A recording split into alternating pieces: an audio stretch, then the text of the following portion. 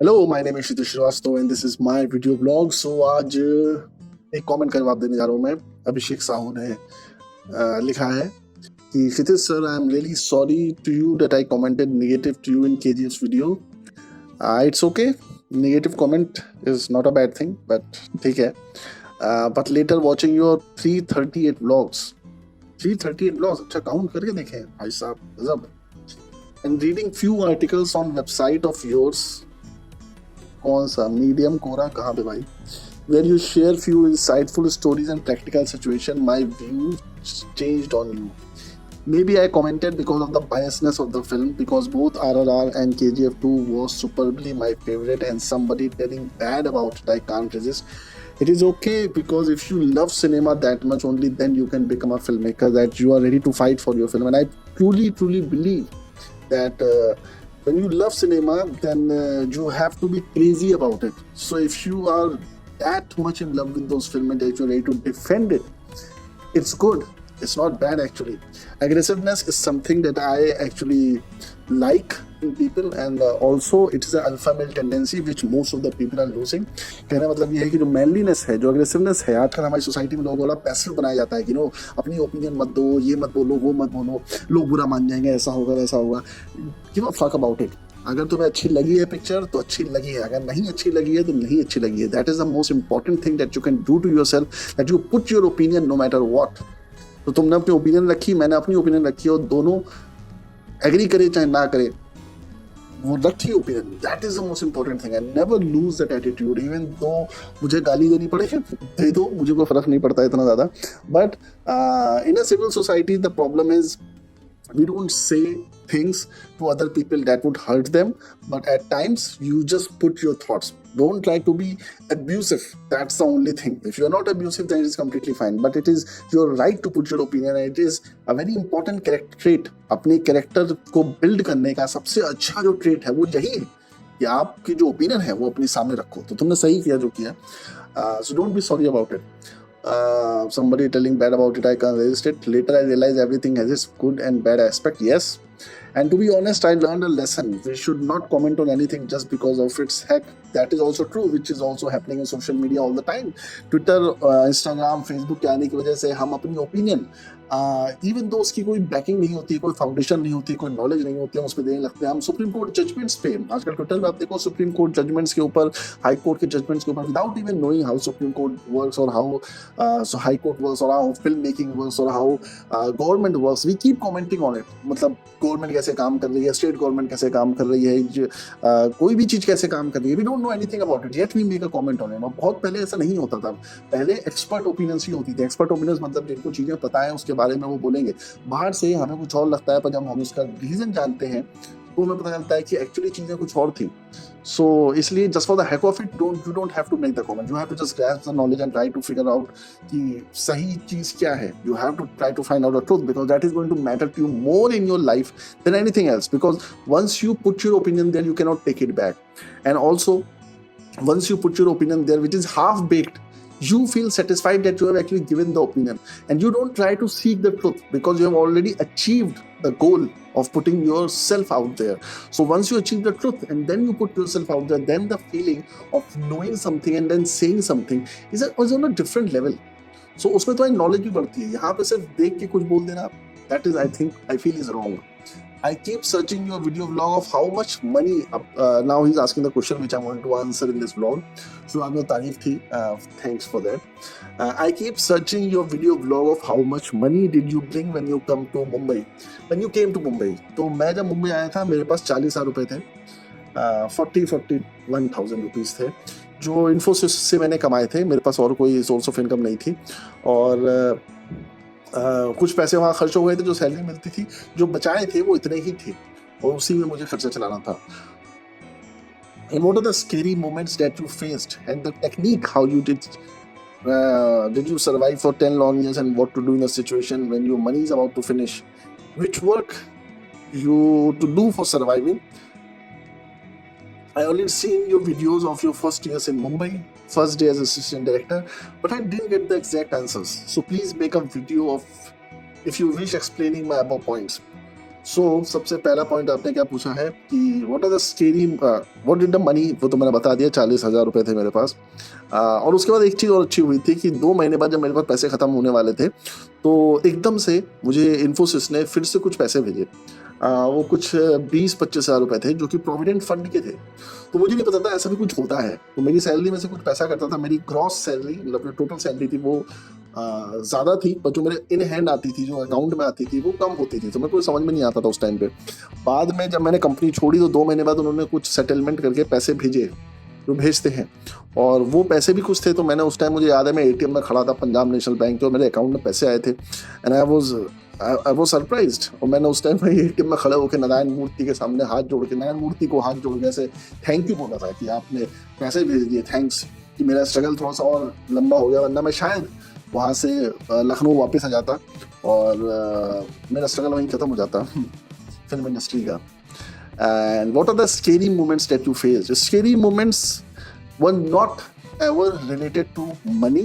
मेरा money mindset का problem हुआ था जो मैं डिस्कस करूंगा, पर scary moments I never face. Scary moments जो मैंने फेस किए वो हमेशा लीगल फेस किए हैं, गुंडों से फेस किए हैं। जो मेरी जब मैं फिल्म बना रहा था तो ऐसे कुछ लोग मिले थे मुझे जो गुंडे होते थे, जो लोगों को किडनैप कर लेते थे, या फिर उनका हिस्ट्री मुझे बाद में पता चलता था कि उन्होंने लोगों को किडनैप कर लिया, या यू नो टेररिस्ट तो नहीं बोलेंगे उनको, गुंडे टाइप के लोग हैं, मतलब they can do anything, they don't care about the law. And that was the scary moment जब मेरे को समझ में नहीं आता था मैं क्या करूं, किससे हेल्प मांगूं और क्या कर सकते हैं। ऐसे में मैंने बस एक ही चीज़ करता था, I would let go of the situation. If they want anything I would just give them कि ले जाओ भाई, मेरे को मरना नहीं है, आप ले जाओ, मुझे कोई मतलब नहीं है इस पिक्चर से, या मुझे इस प्रोजेक्ट से कोई मतलब नहीं है, अपनी राइटिंग से कोई मतलब नहीं है, आप ले लो, मुझे पैसे नहीं दे रहे हो, मत दो, I don't want to get into this trouble. So struggle से मैं भाग लेता था, और जो कि सही डिसीजन होता भी था। ऐसे में हीरो बनने का कोई लॉजिक नहीं होता है। आप मुंबई में बहुत लोगों जैसे मिलेंगे, क्योंकि मुंबई एक ऐसी इंडस्ट्री है जहाँ पे ग्लैमर है, पैसा है। सो जाहिर सी बात है कि ऐसे बहुत सारे एलिमेंट्स वहाँ पे अट्रैक्टेड होते हैं, जो जिनका पैसा होता है, इलीगल पैसा होता है, वो पैसा लगाना चाहते हैं, उस पैसे के दम पे बड़े बड़े एक्टर्स से, एक्ट्रेसेस से मिलना चाहते हैं। तो ऐसे लोग आपको अक्सर वहाँ पे मिलेंगे जो काफ़ी गड़बड़ बैकग्राउंड के होते हैं। तो वहाँ पे थोड़ा स्केरी सिचुएशंस होती थी, अदरवाइज और कोई स्केरी सिचुएशंस मैंने ऐसी फेस नहीं करी, भगवान की दुआ से। And the technique how you survive for 10 long years and what you did in a situation when your money is about to finish, which work to do for surviving। इस पे मैंने बनाया है कि सर्वाइवल के लिए मुझे कभी ऐसा कोई मेहनत करनी नहीं पड़ी, काम मिलता रहा, मुझे कुछ ना कुछ मिलता रहा। बट द थिंग इज 10 साल सर्वाइवल में मेरा जो एक प्रॉब्लम था वो ये हुआ था कि ऐसा नहीं था कि मैं घर से कमज़ोर था, घर से भी पैसे मैं मंगाता तो आ ही जाते, और मेरे पास अपने पैसे भी रहते थे और कुछ ना कुछ काम आ ही जाता था। और बट एक टेंडेंसी डेवलप हो गई थी कि मुझे एक फ्रेंड मिला था, अब मैं नाम नहीं लूँगा उसका क्योंकि उसके बारे में ऑलरेडी डिस्कस कर चुका हूँ अपने ब्लॉग्स में, आप फिर समझ जाएंगे किसकी बात कर रहा हूँ। पर मुझे एक फ्रेंड मिला था, तो वो हमेशा ऐसा बोलता रहता था कि यार पैसे नहीं है मेरे पास, पैसे नहीं है मेरे पास, पैसे नहीं है मेरे पास, पैसे नहीं है मेरे पास। और मैंने मुंबई में, मतलब अपनी ज़िंदगी में कभी ये लाइन यूज़ नहीं करी थी कि पैसे नहीं है मेरे पास, क्योंकि मेरे पास हमेशा पैसे होते थे। और कहीं ना कहीं से मतलब जज का लड़का था, तो ऐसा कभी पैसों का कोई इशू हुआ नहीं लाइफ में। मैंने कभी पैसों को इस तरह सोचा नहीं था कि कोई ऐसा होता भी है जिसके लिए में पैसे नहीं होते हैं।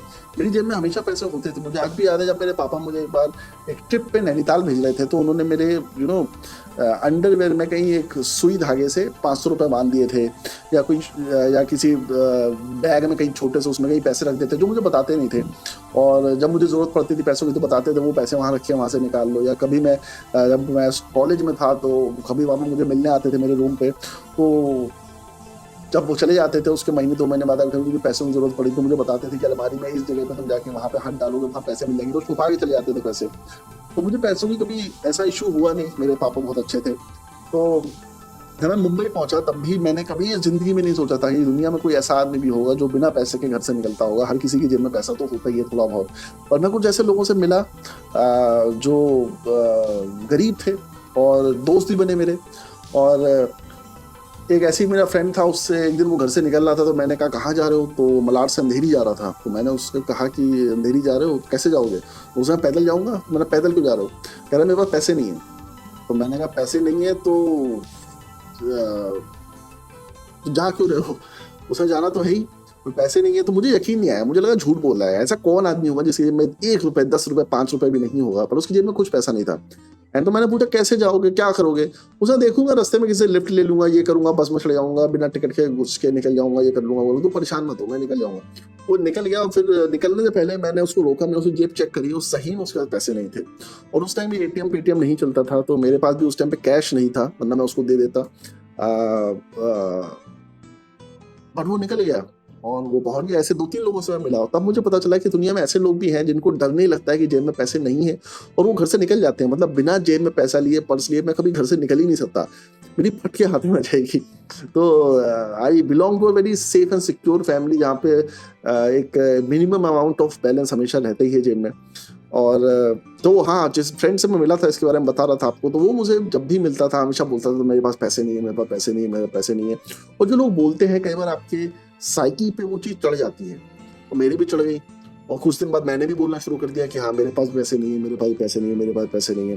तो एक दिन मुझे याद है कि मैं अपने कमरे में बैठा हुआ था, और मैं कुछ ऑर्डर नहीं कर रहा था, मुझे भूख लग रही थी, कुछ बनाने का मन नहीं कर रहा था, and I wasn't ordering anything, क्योंकि मुझे ऐसा लगा था मैं पैसे नहीं है, पैसे नहीं है यार, क्या करूँ। मैं सस्ते सस्ता सामान देख रहा था, मतलब मेन्यू लिस्ट में राइट हैंड साइड पे देख रहा था रेट की, कितने कितने से मंगाऊँ। मैं 100-200 रुपये का खाना बनाने में भी सोच रहा था कि यार पैसे वेस्ट हो जाएंगे, ये हो जाएगा, वो हो जाएगा।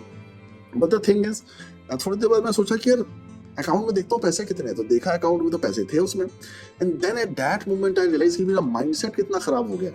फिर एक और दोस्त मेरे मिलने आया, और उससे मैंने ये बात डिस्कस करी कि यार मैं आज दिन में बैठा था और मेरे अकाउंट में पैसे थे, और मैं सोचा था मेरे पास पैसे नहीं है, पैसे नहीं है।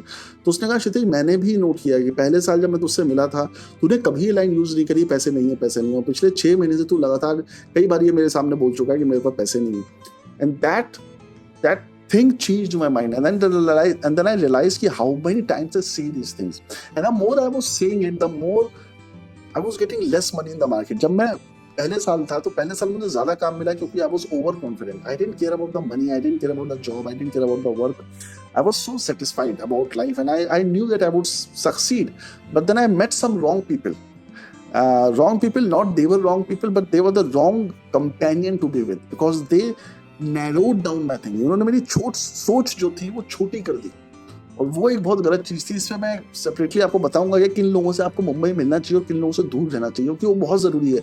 मुझे बताने वाला कोई नहीं था, तो मैं आपको बताऊंगा उस बारे में। तो 10 साल जो सर्वाइव करने का है, वो एक बहुत इंपॉर्टेंट ये है कि मुझे कभी उतनी प्रॉब्लम नहीं हुई, मुझे लगातार काम मिलता रहा। बट बाकी लोगों को होती है, मुझे पता है कि सबके पास वैसा बैकअप नहीं होता है जो मेरे पास था। बट इसके अलावा एक और चीज़ है, और वो चीज़ है फेथ। आपको कहीं ना कहीं फेथ रखना पड़ता है। मुंबई में मेरा ऐसा मानना है कि कोई भी भूखा नहीं सोता है, कहीं ना कहीं से कुछ ना कुछ जुगाड़ हो ही जाता है खाने पीने का।